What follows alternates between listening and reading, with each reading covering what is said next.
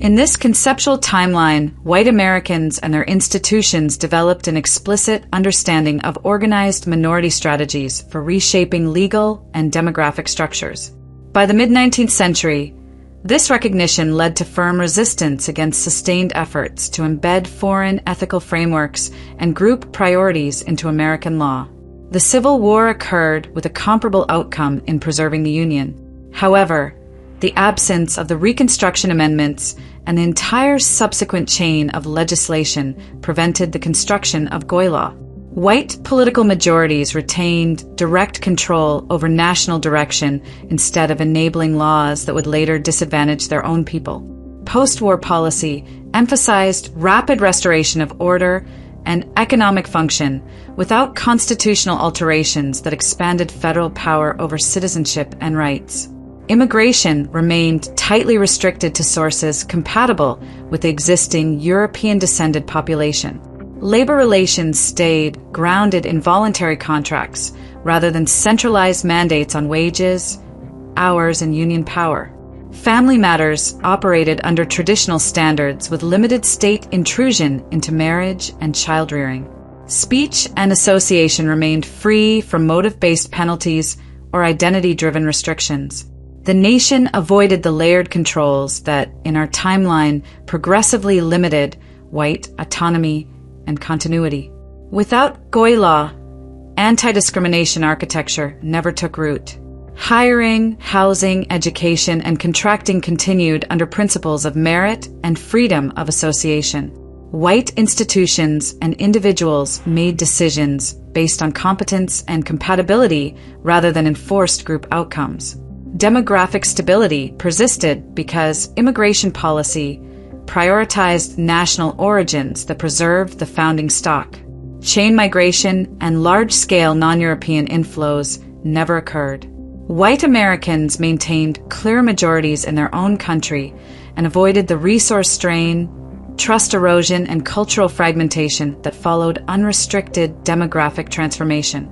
Labor regulations remained minimal. White workers retained the ability to negotiate hours and compensation directly without artificial caps that limited earnings or forced multiple jobs. Economic independence stayed stronger because state and union controls did not systematically constrain individual productivity and accumulation. Family law avoided the no-fault revolution and subjective custody standards that destabilized households. Divorce rates remained lower. Intergenerational wealth transfer continued more intact, and parental authority faced less bureaucratic interference. White families operated with greater stability and transmitted cultural continuity more effectively across generations. Speech protections stayed robust. White Americans could discuss demographics, history, identity, and group interests without fear of motive-based enhancements or institutional penalties. Cultural and historical narratives faced no organized pressure toward revision or enforced self-censorship.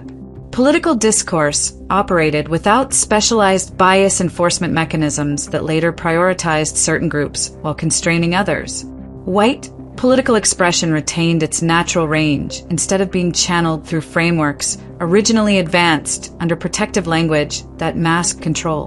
In this alternate America, Jewish communities continued to exist as a prosperous and secure minority with full civil rights and internal communal autonomy. However, organized efforts to ostensibly translate Talmudic-derived concepts of so-called justice, speech restraint, and group defense into national statutes were rejected at the institutional level. Early state-level religious equality measures succeeded on narrow terms without becoming gateways to broader federal transformations. White majorities explicitly recognized the pattern of strategic alliance and influence and declined to enable further expansion. Jewish advocacy remained largely confined to internal matters rather than shaping the legal architecture governing the host population. The rejection of GOI law produced a nation with stronger social cohesion, higher trust within the historic population, and clearer boundaries around citizenship and cultural norms. Economic regulations stayed lighter, preserving greater individual and family-level self-reliance. National identity remained rooted in the European-descended founding character without the institutional machinery that later promoted fragmentation. White Americans avoided the cumulative disadvantages of speech restrictions, demographic replacement, family destabilization, and merit erosion that defined later decades in the actual historical record. By the late 20th century, this alternate America retained robust demographic majorities for its founding population, stronger family structures, and freer expression. Immigration policy continued to serve national continuity rather than engineered transformation. Labor markets operated with greater flexibility. Legal frameworks protected association and merit instead of imposing group-based outcomes. The society experienced less administrative expansion in areas of daily life and avoided the interlocking system of controls originally advanced under the guise of reform and equality. Jewish Americans in this timeline maintained their community through commerce, culture, and intellectual contributions within a stable constitutional order that did not facilitate the gradual transfer of institutional power away from the host population. Their influence operated through normal civil channels rather than through sustained legislative engineering of the broader society. The early recognition by white Americans of influence patterns and long-term agendas prevented the development of Goy law. America followed a clearer trajectory rooted in its original demographic, cultural, and legal foundations while still permitting peaceful minority existence. This conceptual alternative demonstrates how explicit awareness of group strategies and deliberate boundary setting could have produced a nation with greater continuity for its historic population, stronger internal cohesion, and reduced regulatory complexity.